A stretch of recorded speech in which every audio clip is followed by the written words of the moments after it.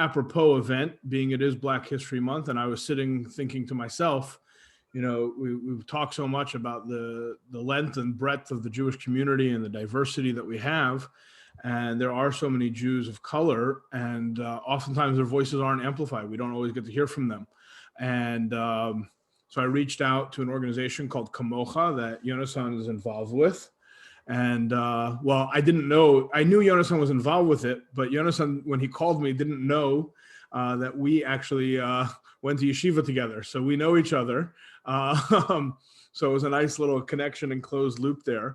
So just by way of introduction, then I'll turn the microphone over. But Yonason was born and raised in Arizona, if I remember correctly, living currently in Los Angeles. So thanks for taking time out of those of us on the East Coast see the sunshine coming through your windows, and we're jealous as I have about 12 inches of snow on the ground right now. Really, I'm going to turn over to you to introduce yourself and share your thoughts. And then everybody that's on, of course, Yonason will open it up later on for, a back and forth kind of Fabrengen style. That way we can all get to share and learn and grow together. So Yonason, I'm going to mute myself and it's all yours. All right. First of all, thanks for having me. It was, as you said, it was really nice to reconnect. I know, several, shluchim or whatever, but to have been, reached out to by not even for the personal reason, but then to find out that I know you was really great. That was really cool. And I was also, as a Lubavitcher, I was proud that one of the earliest, people associated with any kind of organization to reach out was a shliach to Kamocha. Reach out to Kamocha was a shliach. So that was also amazing for me.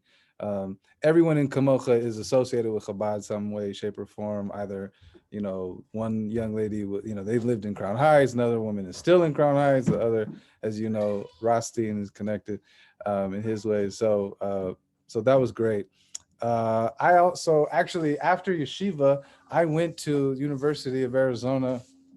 So I went to university after yeshiva, which is backwards. Usually people go the other way. But I went and was, really connected with the shliach on campus there. So seeing everything that goes into running a Chabad, a Chabad house on campus, Kol HaKavod and Yasher Koach, thank you for all the hard work that I'm sure not all of your students may see what goes into it, but I'm sure they appreciate you as well. And also thank you to all the students and Chabad of Vassar. That piece about being on Shlichus extends to you obviously as well. I know it's not, easy work. So Yasher Koach, thank you so much for everything you do over there. But also thank you to all the students for tapping in and just being interested in what I have to say, or it'd be even better if you were just showing up because because Rabbi put something on and you just are dedicated like that. But if I can, feel like it has something to do with my presence, then thank you for that as well. So as you mentioned, they call you Rabbi Shlomo? What is they? Rabbi Shlomo, whatever. Okay. All right. But as you mentioned, as long as they called him to his face and behind his back, the same thing. I appreciate that. Yeah, definitely. That's the code. So I'm from Arizona originally, and I came to Chabad when I was, say, 18 or 19, really young, and just there was a Chabad high school there, so I kind of got just indoctrinated from an early age. But so my father is African American, not Jewish, and my mother is an Ashkenazi Jew, and that led to interesting reception from the extended families.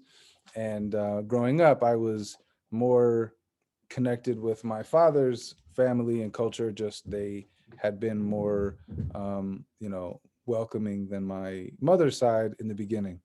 I then got very close to my mother's side, and it was I always felt religiously Jewish.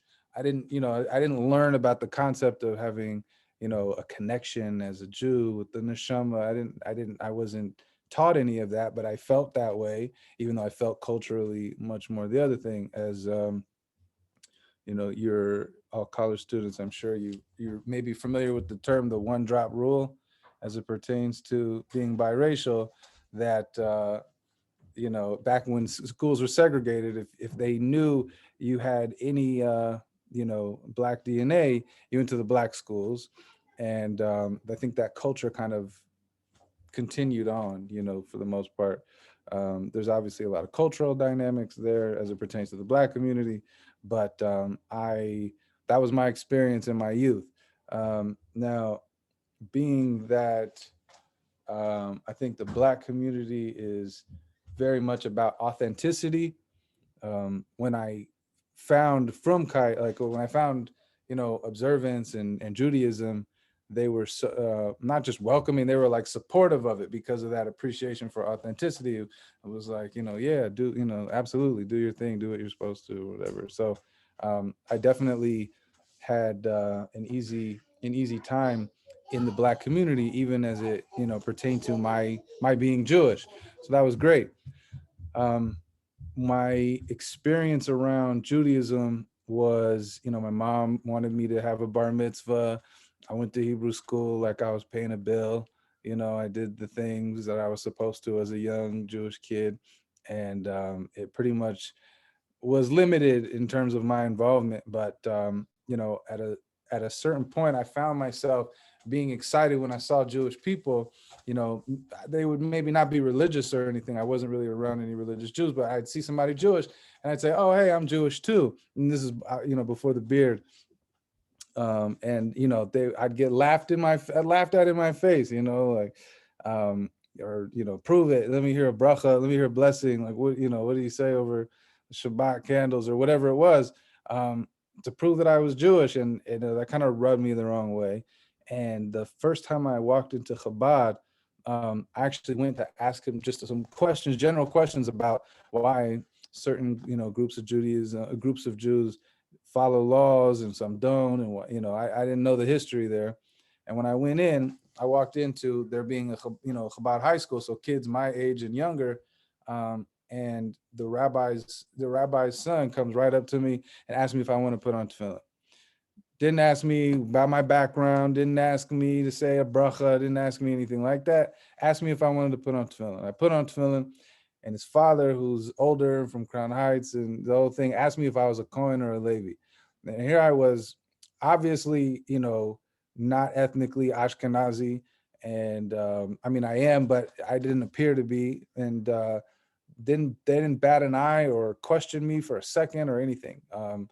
And I immediately appreciated that as a young mixed kid, black kid in Arizona, dealing with different, racial things that I may have, come into contact with, in particular in, even in Jewish circles, to have been, that was, my racial identity was a big part of, just how I identified and what mattered to me based, it mattered how people dealt with me based on that fact. So to go to a Jewish thing and have somebody so, obviously religious, and the beard and, and the whole thing, to me, that was like the pinnacle of Yiddishkeit. And here he is completely welcoming, of me just being in that space. And, everybody obviously has their, different experiences, in, in Jewish communities and whatnot. But mine was, from the beginning, really, really good, really strong. And so when I went back east to yeshiva, and I was there for like 3 years almost, I would go to these younger yeshivas, high schools, and I would actually go to I'd Farbring with them. And I would kind of casually bring up the topic of basically not being racist or not saying things that they don't recognize as racist. And, the yeshiva schedule is very rigid. It's like very strict. 7:30 to 8:30, it's Chassidus. Then it's morning prayers. Then it's breakfast. Then it's Talmud for 4 hours. Then it's lunch, and then it's halacha. It's law. It's more of this. It's more of that. They don't really talk about, socio-political issues in yeshivas, and they're not at home to learn it from parents. They're in yeshiva, they're young, and they go to school, and there's nobody teaching them these particular things, and they're kind of in a an echo chamber of beliefs and different things like that. So having the ability to kind of farbrang with these young guys and sort of talk about issues that they may not think about and how they might affect people that come to their community. So I was, blessed with the opportunity to do that when I was there. And not to say that I never had any negative racial experiences from Jews. A lot of it is, it's so nuanced. And especially with today's like political climate, there's just so much to unpack with, this conversation. I've had many conversations and been on several panels, and having to answer to Russian Jewish immigrants not understanding why Black Americans can't just literally verbatim, I'm repeating, pull themselves up by their bootstraps like we had to, and and having to explain that they didn't, Russian Jewish immigrants didn't have the neighboring non-Jewish white community come in and burn the whole town down because they were able to pull themselves up by their bootstraps, things like that. So Baruch Hashem, thank God I've had the opportunity to educate some people that maybe didn't know so much about the racial conditions. Also, I've seen people not know the history of what Black people went through in America, and they literally, I've heard, look what happened. They bring Africans with nothing to America. They give them work, then they free them, and what do? They burn the cities down. I mean, like, I've literally heard that, and that just comes from ignorance. Benefit of the doubt, it comes from ignorance, so education is key. And I have so many things I want to I want to talk about, but let's, that's like I guess the kits or the summary of like who I am and kind of what I do. I live in Los Angeles. You guys don't care about any of those details, but so let's just questions, and then I'll say more. I can, Sure. As we're going to open it up, I want to invite, on behalf of Yonason, I've had to give talks to a lot of black gray boxes with people's names on it. So if you're comfortable or able to flip on your camera, so, especially as you're asking questions, so we can see you and Yonason can see you as well. I think it would be appreciated. And I saw, is it Ilana said, we want to hear about you. So if you have like a short little, tell us a little bit more about who you are. I know I have a couple questions, and I'm sure some other folks here have some things on their mind that they'd love to ask you or get your thoughts about, but tell us a little bit more about kind of so people know who you are. Right. Me now, or my history, Ileana, what do you want to hear? I think like whatever feels like, if you want someone to really understand, I mean, and obviously it's like, we don't have forever to, hear all of the details of your life, but it's like things that you think represent you the most, or things, certain memories or, aspects of your upbringing and just like your being in the world that you feel would really help someone understand who you are and where you come from, like even if it's just like a notable memory of something. Yeah, so I'm just very curious to hear more things, and I think we all are. Oh, why? Thank you. That was, yeah, absolutely. So I actually was just talking to my mom earlier today. having I guess like sessions with a woman who's a poet. She has a few things published, and she's a professor out here, and she wasn't aware that there was form in any kind of Jewish literature, and stumbled on the fact that there's chanting tropes, to reading the Torah. She knows what Torah is, but to find out that there's form and this other thing, so it's like going into work with her. And and she's Jewish, and she has a son that's my age, and also he's biracial. And so it's nice to have conversations with this young lady, and to see the nuances and the differences in the way, and the similarities in the way that she raised her biracial son and the way that my mom raised mine, and both being raised in a very similar level of, let's say, observance or connection to Judaism itself. And yet he and I just are holding in different places as it pertains to our connection to the religion itself. And Baruch Hashem, he's getting more and more connected, thank God. But and as is she, so that's also cool, and her mom in extension. So it's all coming together wonderfully. But I was talking to my mom, because she was saying, she says, what about your childhood or your upbringing made any of this happen? She didn't understand. And I explained to her that it was the fact that there was such an appreciation for her Jewish identity. Today with this young lady, just to circle back, we were going over the letter Gimel. And so to show her does everybody know the letter Gimel? Familiar with the letter Gimel? Cool. So explaining to her the significance of the letter Gimel, I was explaining how she does a lot of work with culture, fight anti-racism and things like that. And so I'm sure she said that she appreciated this concept, but in Kabbalah, the number associated with unity is not one, right? Many people associate one with the number that connotes unity and unification, but it's just singularity, it's aloneness, it's one. That the number associated with unity is actually 3. And the reason why is because it's 2 separate entities coming together without one or the other having lost itself in the other one. There has to be 2 separate entities in order for for there to be unity. And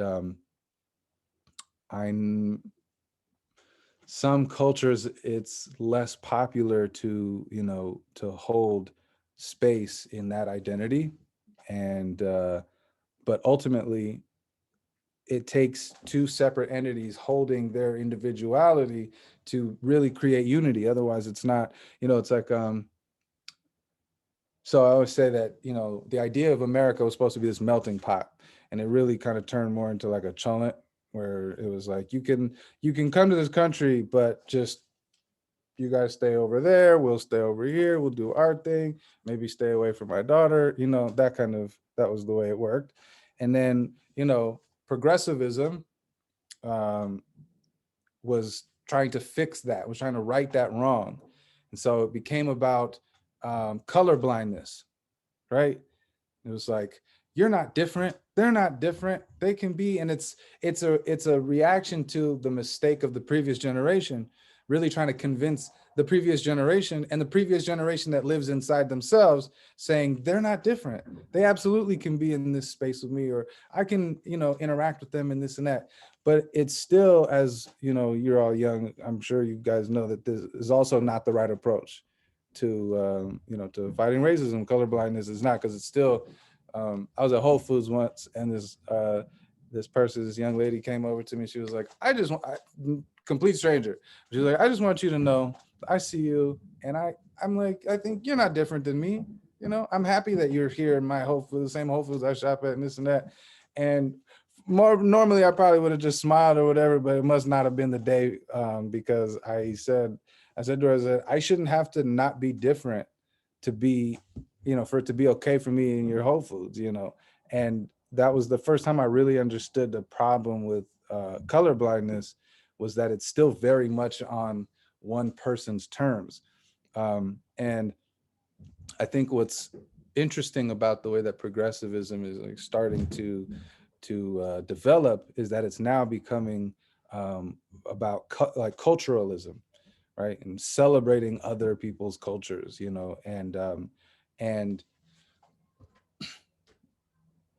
this was ultimately, the Lubavitcher Rebbe's dream, was that the concerns of European Jewry coming to America was this idea of the melting pot, meaning you had to melt and you had to assimilate. You had to be American. You can't be Jewish anymore. And a lot of, unfortunately, a lot of families fell to that. And what's great now is this push of culturalism, is that we can celebrate who we are. It's the power in the cultures, that make America great. And this idea of not needing to be the same to celebrate one another. But the fact is that, I saw something that was like, we are the many that are one, or something like that. It was like a Chabad.org little Tzvi Freeman gem. And it had all these hands in the air with different colors. It was wonderful. But that notion that, the number, God made us all different for a reason, on purpose, not to then pretend like we're not different, but to recognize, hey, what do you bring to the table? That's awesome. Tell me more about that, and celebrate that while I do my thing and tell you about that. And I just, to be young and being able to kind of see that development, having grown up in, a liberal household, and, to recognize these developments is really cool. And I realized that I didn't answer any of your question. So I'll go back to just a thought. A memory was that my mom always kind of pushed the, she was just proud to be Jewish. And it didn't mean, she was married to a black man who was not Jewish. It had nothing to do, one had nothing to do with the other. So this idea of, needing to blur lines has never been a thing for me, just in my upbringing. And I think that really facilitated the way for me to feel as a young black man, to just embrace my Ashkenazi, identity, and lean into it. And I, even my old friends back home would be like, you're not like so different, maybe, which isn't such a good thing ultimately. But he's like, maybe you smooth the edges down, you act a little, different, more refined, but to be able to just be who I am. And also, and the Rebbe also, the Lubavitcher Rebbe also pushed that people, other Jews from other traditions, he would say, keep what your family did and just be part of the thing, it was like, so. It's great. So I have two loosely related questions, but they're both pretty big questions. It's okay. Can I say l'chaim before? Yeah, please. Anybody else can. L'chaim, everybody. Thanks L'chaim. So two questions that, again, kind of related, but pretty big questions. The first one, and it almost feels awkward asking the question, but here we are today. So it's worth asking. I think we all carry lots of different identities. Two identities that you obviously have, which is why you're here, is one being a black man and one being a Jewish man. Excuse me. Are there times, both looking back on growing up and now, that you kind of identify it? What times do you tend to identify more, if you do, as a black person or more as a Jewish person? And like what impacts that? So that's question one. Question two is, we always hear about these conversations of the black people and the Jewish people, or the African Americans and the Jews in America having this history together. And you always get flashed up that picture of, Rabbi Heschel and Martin Luther King marching together. And I'm curious, what thoughts or emotions arise in you when that conversation comes up or you see that image? So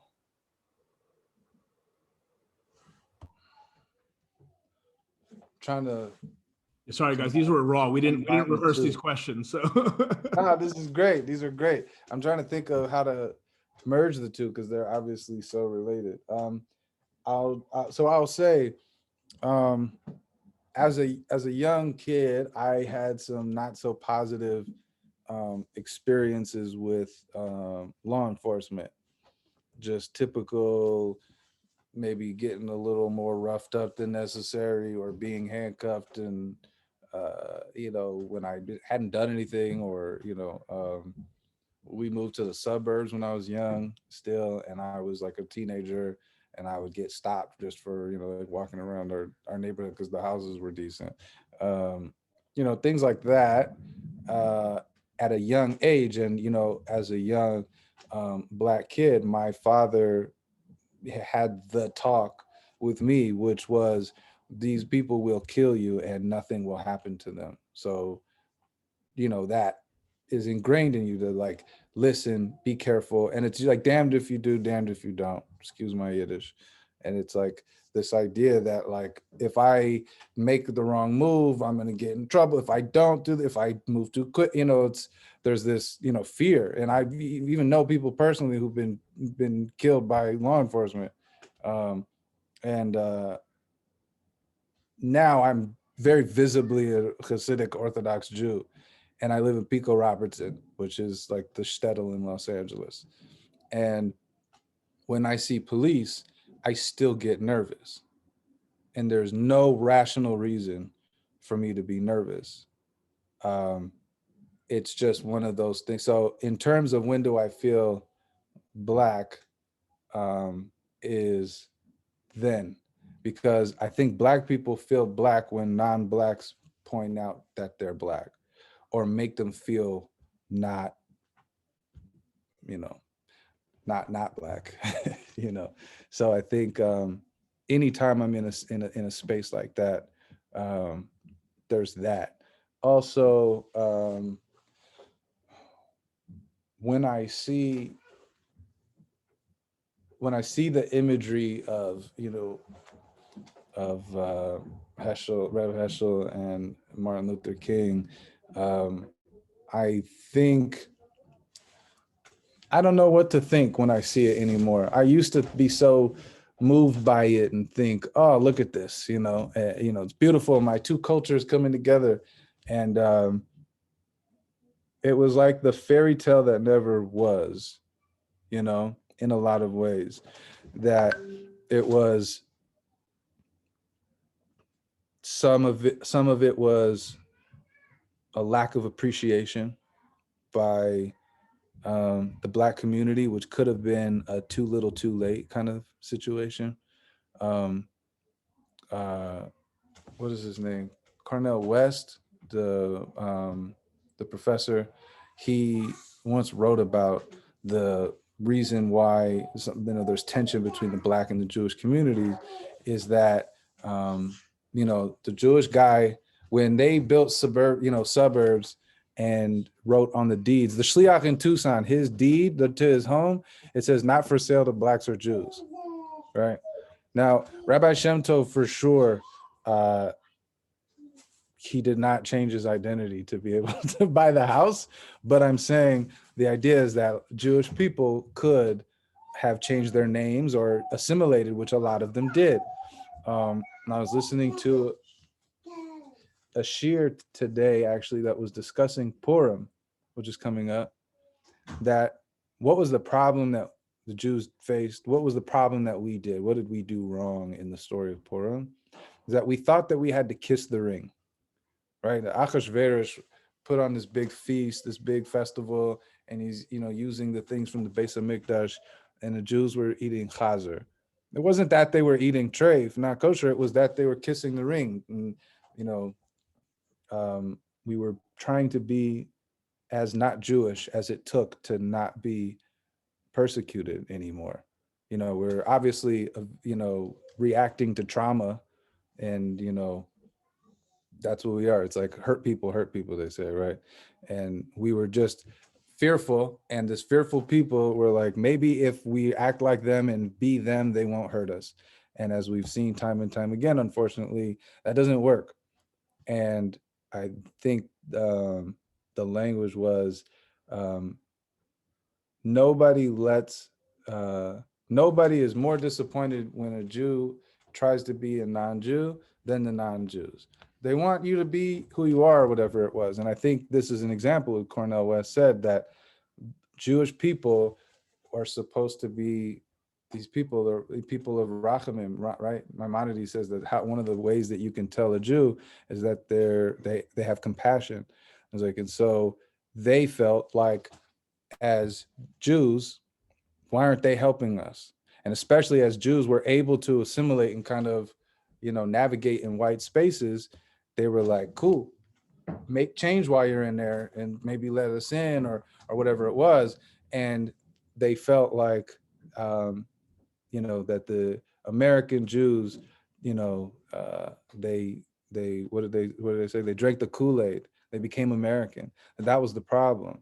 That, like, specifically, that was the problem, was not being Jewish. And this is like Cornel West was saying this. And so I think that it's like twofold. And so for a long time, I tried to just blend this idea of just this identity of being Black and Jewish, and that was the same. And we always get along, we always love each other. And it's just, glaringly obvious that that's not the case. Even though there's so much in common, there's so much struggle there. There's so, there's so much, we have the same enemies, most of the time. And so I see that picture, and it's sad. It's sad to me because they had this dream, and, we're still trying to work on that, I guess. Hopeful, but sad that we're not there. Right. Well, I see thank you so much. Yeah, if anybody wants to chime in with a question or comment to Yonason or for the group, feel free. Ileana, go ahead. Yeah. Well, first, did you say you had another question you wanted to ask? I thought you had two. No, he got both. Yeah, it was about like the identity and the Heschel Martin Luther King picture. Oh, okay. Go for it. Yeah, well, I'll just say, like, first off, it's really great and incredibly fascinating to hear about, your Jewish journey. And it's like, I think everyone on this call has, is somewhere on their Jewish journey. And it's just really, I definitely don't take for granted getting to hear about people's journeys, I guess is what I'll say. My question is like kind of sort of related to what you were talking about towards the end. I'm trying to think like a good way to phrase it. I was thinking about what you were saying in the beginning, where you were talking about how, people would like say to your face, like, why can't Black people just like, why are they burning down stuff? Or like, why are Black people like doing this? And just like these really like messed up things to like say to, especially like to a Black person. And not coming from, malintent and like this understanding that, rarely do people say something with the intention to hurt someone. It's like usually from ignorance and circumstance, et cetera. And I'm just wondering, if you have some thoughts or advice on how to like, how do you navigate that conversation? How do you, both like be cognizant of the fact that like they're saying something hurtful and saying something that like can be insulting to you or like be like really, just like not an okay thing to say, and also understand that it's like a point of, can be a point of departure to learn and to like, show compassion, as you mentioned, and educate, et cetera. And I'm thinking about this especially because, and I'll be totally like honest with it. It's like, I'm thinking a lot about Trumpism in America and just like this rise in white supremacy and the ways in which, there's so many conversations between people where like some people just think that other people don't have a right to be who they are. Or like some people think that like immigrants are like bad. And it's just like, oh my God. Or like some people, it's like, some people have like swastikas on t-shirts and we're walking, I'm from DC, and to see that there were people in the Capitol, with swastikas and things like that. And it's just like, we're like really living in a weird, scary time. And I'm struggling with, it's so easy for me to feel so upset and angry and I don't even know really how to approach these kind of conversations. And you're someone that really has been in that position, and you haven't really been afforded the distance that maybe a lot of us liberal arts college students have been afforded, where we see these like things, we know people have like ideas about people that are really not right, but maybe we're not forced to confront that. But yeah, I hope that sort of makes sense. I guess I'm just wondering how you go about these hard conversations where even if someone's not trying to be hurtful, and like people have been, indoctrinated with mythologies about whiteness and who is to blame for what, et cetera, and they're not necessarily a bad person. How do you go about it with compassion while also being cognizant of the fact that what they're saying is really bad and not nice? I hope that made sense. Sure, no, it did. Have you ever have you at a university in particular, like you said, a liberal arts college, have you not faced any like negativity surrounding being Jewish? I mean, I got way more anti-Semitism in university than I think I experienced anything else. Like baffling amount of on like a professionally acceptable level. Like they accept it. Like that's the pinnacle of like, the best professors, just, I mean, that to me was much more challenging than talking to a Jewish person who isn't an educator. Like for somebody who is like an immigrant from a country who they for sure didn't learn about Black history, to ask about Black folks in an ignorant way. I think like this, I say like racism or prejudice is like stranger danger, right? To simplify it, it's like on a like lizard brain level, it's like a fear of something that's different. To me, that sounds like stranger danger. And the only people that are affected by what like stranger danger are babies, children, right? So a person who's prejudiced or racist, I treat them like what I think they are, which is a child. So that's how I'm patient with them, is because kids say the darndest things, right? So when children act like children, it doesn't help to be angry and this and that. No, let me teach this child what the situation is and educate them. What bothers me is when an educator has something slick to say about Jews, that's especially in a country where National Education Day is dedicated to the leading Jewish Jewish leader of our time. It doesn't add up or make sense to me. That's more confusing to me. Maybe you, thank God, haven't experienced that Great. in your college. Great. Thank you so much. Miriam, go right ahead. Not to stay on perhaps a somewhat more depressing topic, but like definitely in America, there's of course like racism isn't just circumstantial, but it's systemic and built into a lot of institutions.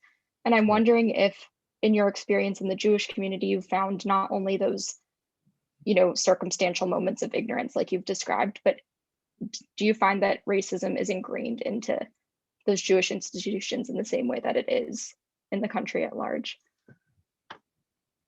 Not that I've, yeah, for sure did. No, not that I've experienced it. But, it's also more nuanced, I think, for example, if somebody is Hispanic looking and they show up to a synagogue, they could be Sephardi or they could be Persian or something, or if somebody is white, they could be Ashkenazi. There isn't other than Ethiopians, who look distinctly different than Black Americans. When a Black American walks into a synagogue and security asks them a question, I understand the frustration, but I also understand what's happening. You know what I mean? I mean, Jews have been targeted, especially, recently by, radical Black groups like Hebrew Israelites, that I don't find that to be racist, even though it's based on race. They're recognizing, I guess you maybe call it passive racism, where they would call it usually the person experiencing it calls it active racism, but I just don't think it's that. But there's nobody's not getting let into schools that I've heard of or anything like that. I read about an issue at a yeshiva one time, and the Lubavitcher Rebbe made a personal note to, to tell the educators that they need to fix the problem, or he will, basically. So it's definitely, any kind of like racism is not, there's no room for it in Judaism. So when somebody does, or things like, asking somebody, if they're Jewish, which is really like against halacha. You're really not supposed to ask somebody unprompted, what their background is, what their history is. But in terms of like institutional, racism, I just don't see it in the Orthodox world. And I didn't think that it was there, beforehand in like liberal Jewish circles either. I think there's definitely, ignorant, rhetoric that maybe gets repeated, because it's just a lack of exposure, if nothing else, Do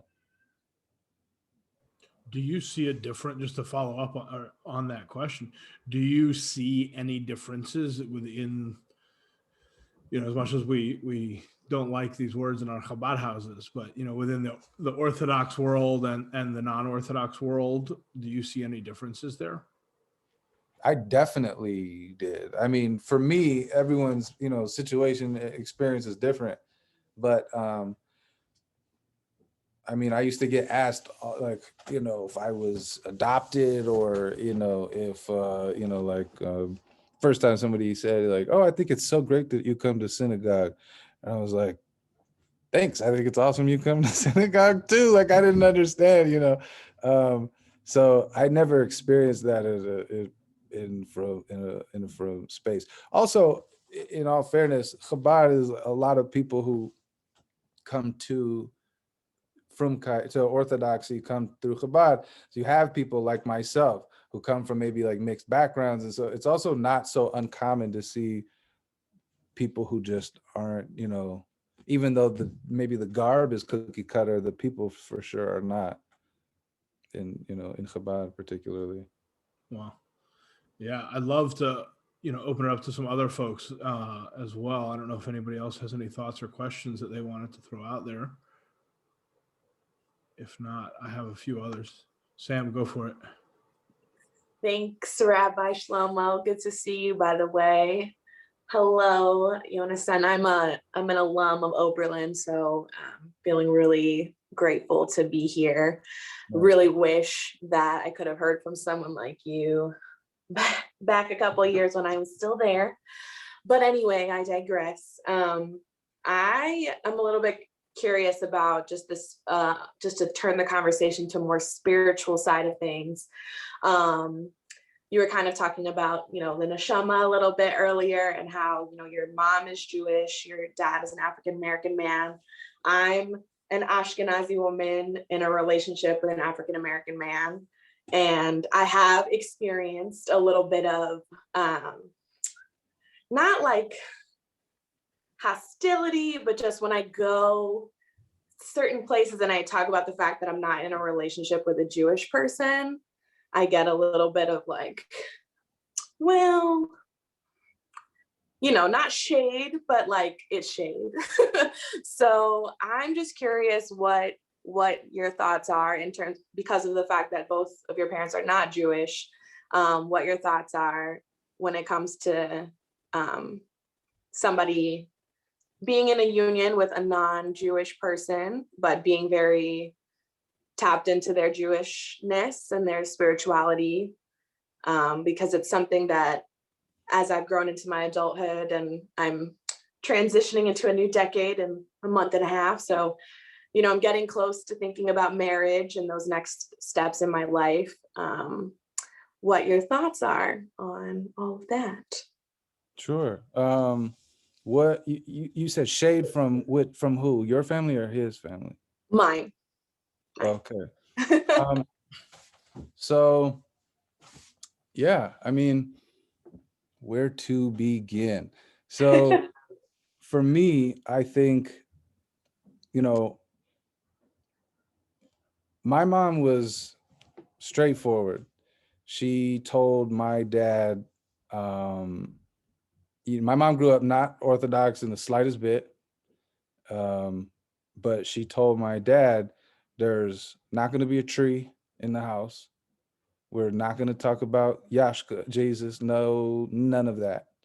And we are a Jewish family.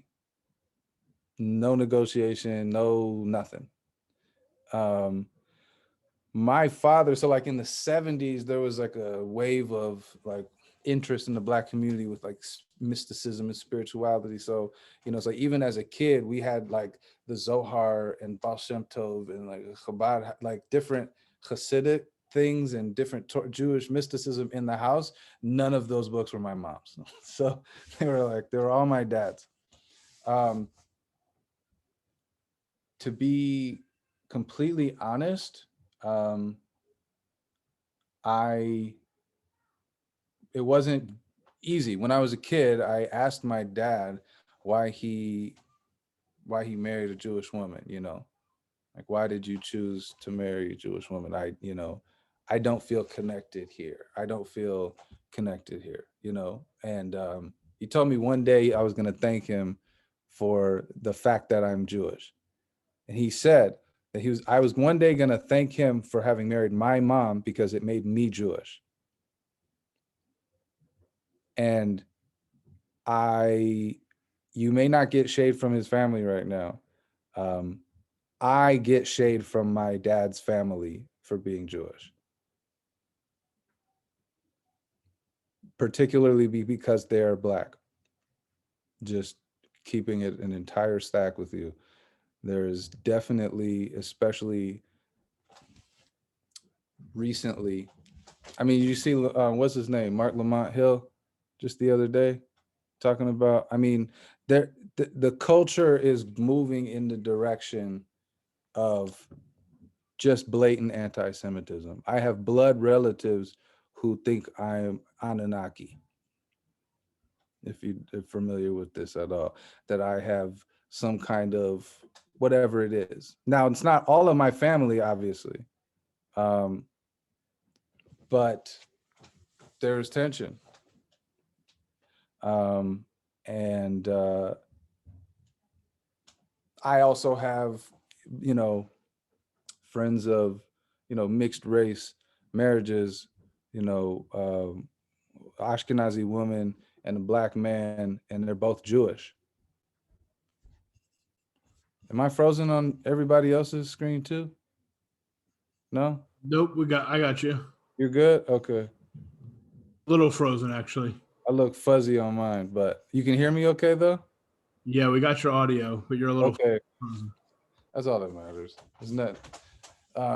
So yeah, I think, it's not about race, it's about neshama. And those, mixed race marriages that I know of where they're both Jewish, they're amazing, they're beautiful. No family is throwing any kind of shade any what direction. Interracial couples, even like my folks included, that are, one is not Jewish, I'll just keep it real with you. There's something comes up at some point.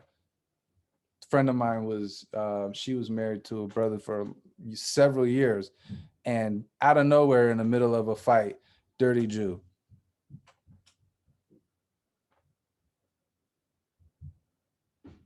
And it cuts deep. It's a loved one. You have a marriage. A marriage is the idea of becoming one person with your other half. It's like, it's for that person to then make themselves out to be completely different than you on a fundamental deep level like that. There's not a deeper hurt I could possibly imagine. And I think maybe shade from your family is maybe not rooted in this big spiritual thought of the neshama and the lack of neshama. It might not be there. It might not be from that. My grandmother sitting Shiva when my mom got married to my dad was probably not because of some deep Kabbalistic Indian. It was probably because he was black. But at the root, at the core issue, it's Jewish and not Jewish. So maybe having dialogue with your family, not writing them off, even though if they're throwing shade. Sometimes shade is like they mean love. They think they're helping. They think they're trying to, and even if it's something like my mom's mom said, what about your children? Your poor children are going to go through. Sometimes they say the wrong things because they mean well. They just want what's best for you. I know I want the best for my little ones, and I just definitely try to be in dialogue, especially in a time like now with the pandemic. I don't mean to get too deep or anything, just it's so hard to not be connected with family that, definitely try to maybe just have dialogue about that and let them know how it makes you feel, or ask them, is it because of that? What if he were Jewish? Because that might be it, God willing. Wow. Thank you. Yeah. Thank you so But I'm much. sorry you had a negative experience, at all with, family that's hurtful, and, but it might be coming from something good, but it doesn't excuse your feelings. Like, I'm not trying to take away from your right to feel the way you feel, regardless of where it's coming from. No, absolutely. I really appreciate that. And honestly, like I haven't taken any of those experiences with my family, super personally. I've honestly just tried to be open and, use them as a learning experience. Because I think, honestly, my time being a Jew at Oberlin was something that prepared me more for life than anything else possibly could, I think. I really came into my Jewish identity at Oberlin because the first day on campus, somebody knocked on my dorm room door and was like, "Oh, what are you?" And like, that was like the beginning of the "what are you" questions. Where are you from? Like, I look ethnically ambiguous. I don't know if Zoom is doing me that justice or not, but I went through a lot of that during my college years. So I think, just everything you're saying is really resonating. And I just really appreciated your perspective on that, because I think, it was just weighing on my heart, and I felt like it was a safe opportunity to ask. So Absolutely. Yeah. thank you. Great. Wow. Thank you so much. We have just a couple minutes left here, although we could probably stay all night. But if there's another question or comment or thought from anybody in the crowd, go ahead, Ileana. Yeah, I have two like shorter questions.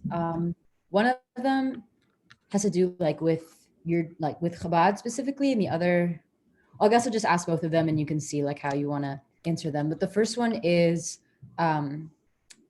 because my understanding, and maybe like I also came a little bit late, so maybe I missed some context, but my understanding is that you didn't grow up like in like a Chabad like observant community, Right. but you were drawn to that. And I'm wondering sort of like why Chabad specifically. And that sort of question really is something that I think about a lot, because before I came to Vassar, like I wasn't really an observant, or I wasn't really in tune with my Judaism much before coming to Vassar. And I think there was different options on campus, and there was something about Chabad and our rabbi and Rebbitzin, and just like sort of the community and the literature and everything that drew me in a specific way. And I'm just curious as to how and why it drew you as well. And then my other question is, since you are running a Chabad house, and you're an educator, and you kind of exist in this special role of educating about race and Jewishness and all these sorts of things, and how they're all constellated. And I'm wondering, is there a particular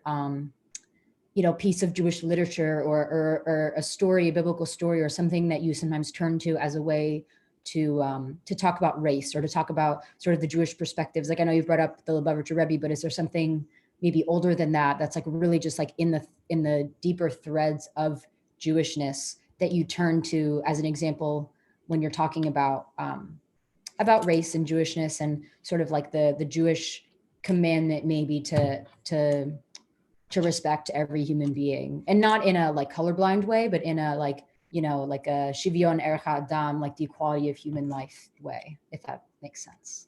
Sure. So real quick, I don't run a Chabad house. I'm not Zeicha like these two fine gentlemen here. But no, it's okay. But I mean, if as it pertains to race specifically, I like to go to the Talmud. The fact that there's in all of the Talmud, which is over, you know, really even the compilation of it was over hundreds and hundreds of years, but the, you know, the intellect of it spanning from, you know, before creation really, but definitely the few hundreds of years before it began. So, you know, so we were talking about, you know, almost 1,000 years in the making of the source of all of our knowledge on how to carry out life as Jews. The Talmud is all about living Jewishly and in all aspects of life. And there's an obscure Mishnah, which doesn't even have Gemara to it. So there's a Mishnah which says about Saras, about the sores that people would get. That's like a spiritual thing that would take place called Nigayim. And this sore, they would, priest would come and they'd measure it and say, and the priest would declare whether it was or wasn't. And then, you know, there's all these things. But the reason I'm mentioning it is one way is the sore would be white, and another is the sore would be dark. So the question was asked, what if the person is Germani and their skin is white? And what if the other person is, it said either Kushi, which is Ethiopia, or sometimes was just used to mean Africa in general. And they also use Shachar, means dark. So the question was, how can a dark spot be spotted on an African skin? How could a white spot be spotted on white skin? And Rabbi Akiva, who lived at the end of the time of the Second Temple and beyond it, gives an answer that the Hebrews, when they were given the Torah at Mount Sinai, were neither black, neither white. They were brown in between. So we base the findings of the declaring whether or not someone has this leprosy or this whatever it is on that skin tone. So make a paint that color, paint that around the sore on the person's skin and compare it. The next chapter, it says that the only people who can get this type of sore are Jews. So we know that by the Second Temple time, the Jewish people were diverse in their appearance, and the Talmud talks about everything. I mean, halakha tells you to put your right shoe on first before your left shoe. They don't miss anything. So out of all of the volumes and volumes of Talmud and halakha and this and that, there is not a single Jim Crow law. There's nothing that singles out race. It's discussed. We see that there were people of different color, but beyond that, there's no real mention of how to operate accordingly, which shows that it was like a non-issue. Wow.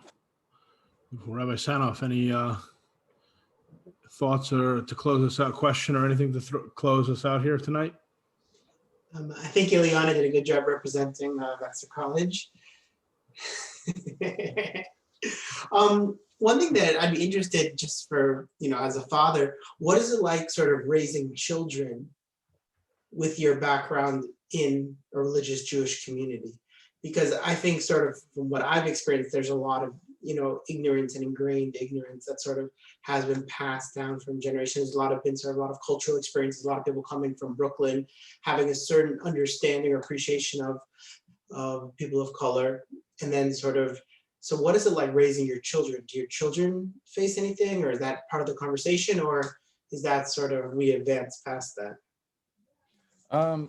Well, I'm in Los Angeles, and there are a lot of Black Jews here, and that are from Black Jews, Baruch Hashem. And it's funny because, so my wife is also biracial, and so our children are, I don't know, whatever you call that, but you know, so they have, you know, features, and their hair is obviously, you know, they're, you know, black girls, but they're best friends. You know, we have friends that are black and from that we met, you know, through whatever organizations. One of the co-founders of Kamoka, matter of fact, and they have daughters, my daughter's age. And then their pediatrician is a black frum woman, an Orthodox Jewish black woman. And so they see so many black Jews, you know, in the area. And in the Chabad, you know, we go to Beis B'Tzalel. In the Chabad, there's, you know, black students in the girls' school, there's black kids in the boys' school. You know, there's so much of it that I think the other kids don't make issue of it in Chabad, particularly, Baruch Hashem, thank God, that they've never run into it. In fact, one of my wife's friends comes over, she has straight red hair, and my daughter asked me if she was Jewish. And I was like, yeah, she dressed sneeze and the whole nine, like, absolutely. And she was like, but her hair is straight and like red. And I was like, wow. My daughter's questioning the yichus of an Ashkenazi girl with red hair, you know, that we came to the right place. It's a diverse enough spot, you know. So, but I don't know. It's different experience in different communities. I know people have had exactly like you said. They just comes from not just ignorance, especially in Chabad. We're coming from Crown Heights. It's not like, you know, it's not like the neighbor is Barack Obama. You know what I mean? I knew about Crown Heights before I was from, because of the black neighborhood in Crown Heights. It's like notoriously rough, you know. So it's not, and also it's not Obama living next to I don't know who's like a non-religious, very like Parv Jewish person that's like in Seinfeld. Thank you. It's not, yeah, exactly. It's not that, you know, it's Lubavitchers and it's Section 8 housing. You know what I mean? There's tension there. And so it's different. And so there's such a history, you know, of blacks being, Jews and blacks have also a very similar, I probably should have said this earlier because everybody got to go, but very similar approach to outsiders, which is just that outsiders are absolutely outsiders. So Jewish people showed up, or Lubavitcher showed up to Crown Heights. Jews in general showed up to Brooklyn and were just like, everything not Jewish is very much potentially a threat. And that comes from thousands of years of conditioning. This isn't just like a make-believe thought, you know, that came out of nothing. And black people in New York are also just leaving the South with obviously the very same sentiment about outsiders, you know, and then poof, pow, they end up in, you know, in the same neighborhoods. I guarantee you, find me a frum neighborhood that's not surrounded by black neighborhoods. I don't understand it, but that's just how it seems to go. Right. Well, there's a whole economic element to that, right? What do you mean? Typically, like where historically in America, where the religious Jewish neighborhoods tend to be lower socioeconomic areas. Oh yeah. And then you have like in Brooklyn, you have the quote unquote white flight, and the black community, the Haitians, the Caribbeans, all came in and filled it up because the real estate was accessible at the time, and the religious Jewish community didn't leave. And you have that in Baltimore. You have that in many. Right. So you have the religious Jewish community, Chicago, right? The religious Jewish community and the black community butting right up next to each other. Whereas the rest of, you know, the upper middle class Jewish communities have moved out to Long Island and Westchester and so forth, and don't interface with the black community in the same way. Yeah, it's easy for them. They didn't have mikvahs to move, right? Right. Yeah. No, that's a good point. Yeah. But that's beautiful. The experience was just different, I think, with you know, in Crown Heights in particular. But bro, thank God in LA, our children haven't had issues. My friends' children haven't had issues. I'm trying to get more of my, you know, black Orthodox friends to move to the area just because it's been delightful. So I want to be sensitive to time, but I have to ask one other question because it feels really glaring to me. If it's okay with you and okay with everybody else. I'm good. It's okay, Yonason? Yeah, oh, yeah. So like in hearing you speak, it's kind of like, hey, like everything's great. Like things are good, and your experiences are good. And let's chalk some of these things up to some of these tensions up to ignorance. But when we hear a lot of the narrative coming from so many other places, is it a case of, which I think we sometimes see on campus, allyship gone awry, or are we missing something? Are we missing something? What do you mean? Like, it sounds like you're kind of saying, yeah, there's some racial issues. Yes, there's some anti-Semitism issues, but your experiences have really been positive. Your kids feel very well, accepted and assimilated into the schools, and to the point of questioning, the Jewishness of the white Ashkenazi lady, right? Which is an amazing story. But then when we turn on the news or look through our various, social media channels, it's like, man, like, the world is coming to an end, even in terms of race and Jewish Black relationships and things like that.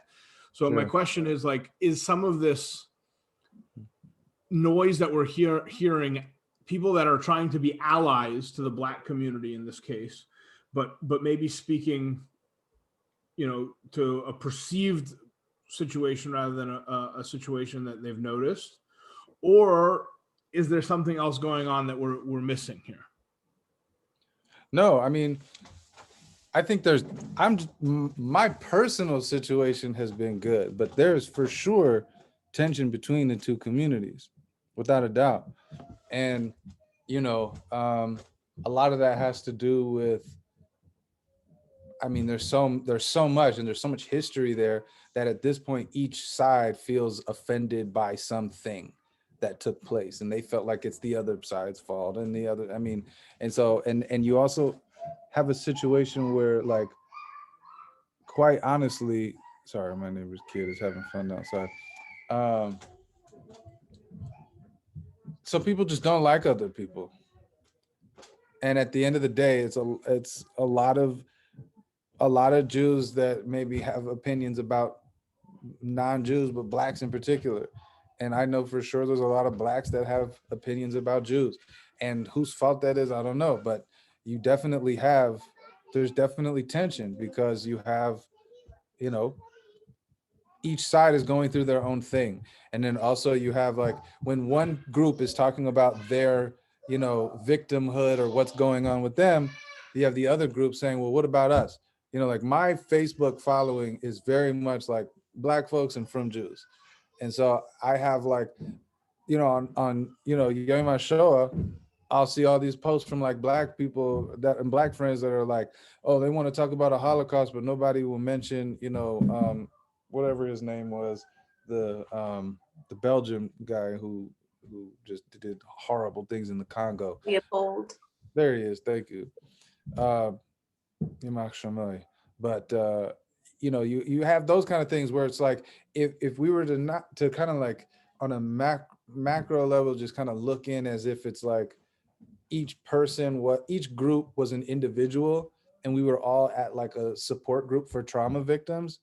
If, like, one person were to be like, this happened to me, and another person stood up and was like, yeah, but what about my thing? That person would be an absolute lunatic. That person would just be a horrible person. You know what I mean? And to kind of reinstill this idea that we are also victims, and they're a victim, and it's okay for them to be talked about. I'm in, like, Jews of color spaces where, when the Hispanic kids were in cages, all the Black Jews were very much talking about the Hispanic kids in cages. But when it came time to George Floyd and BLM and this and that, the Hispanic people were talking about the kids in cages. Didn't love that, I mean, we also hate that there are Hispanic kids in cages, but sometimes we forget to kind of be there for each other. And even as it pertains to, we feel like we have the right to do so because we're also an oppressed people. And it's chutzpah. And both sides are, everybody's guilty of it. There's this fear, like, oh, everyone's hyper focused on their oppression, everyone's going to forget that the Holocaust happened and they're going to come after us again. That's really, I think, the basis behind that kind of reaction. Wow. Well, Yonason, I want to thank you so much. I always like to end all of, whether it's a class or a discussion with what we call, a maisa b'poil, an action that we're going to put into, something we're going to put into action. So I kind of turn to you coming out of this. What's the thing that we have, a handful, 18, 19 people on this call. What's the thing that you would like to see us all do? What action in holiness, what action in goodness, would you call for as a result of this conversation tonight? Exactly that, a call for goodness. Like I was saying earlier about Maimonides, that Maimonides says the way that you can, the identifying quality of a Jew is that they have compassion, and not to kind of to dissolve one's own identity for the sake of allowing other cultures to exist or another person's space to exist. But this idea, like I was saying earlier, that the letter Gimel, meaning 3, is the number that represents unity and unification. That when you're a Jew on campus and you identify as a Jew openly, and you as a Jew are accepting and compassionate towards others, that's far more beneficial to both sides, to everybody, when you are as a Jew being compassionate. Because if you're not being that and you're just being compassionate and you're because you're, hey, I'm compassionate because whatever, I'm a human, I'm a part of the human race. That's not such a merit to say that I'm, because then it's obvious. If you're just a member of the human race, then there's no merit to the fact that you're being compassionate. But when you're a specific person that identifies with a specific culture, an ancient culture, a beautiful culture that's constantly developing, and that people who are supposed to be, a light into the nations, and the reason that the Torah was given to the Jewish people was so that we could reflect that light out into the world, to be a reflection of the light. So you have to identify first as Jewish, and as Jews, be kind to everybody else. Wow. Beautiful. Thank you for ending us on a really wonderful high note. Thank you all for joining us. I know Purim's coming up.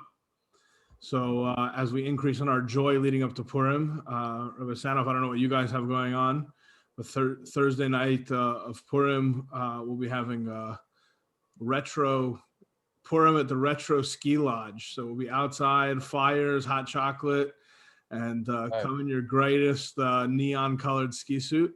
And Rabbi Sanoff, if you want to announce anything that's happening at Vassar for Purim, go for it. No, nothing fun like that. We will be doing everything virtual, remote drop-offs. So it's better to be an OB nowadays. Whatever, but we won't get into that. That's always the case. Yonason, thank you so much. Great to see you. Great to see you again. Good to see you. Yeah. And thank you all for joining us. Really, really, really a pleasure. So have a wonderful night, everybody, and wishing everyone a happy Purim. Thanks, everyone. Happy Purim. Thank you. Thank you so much.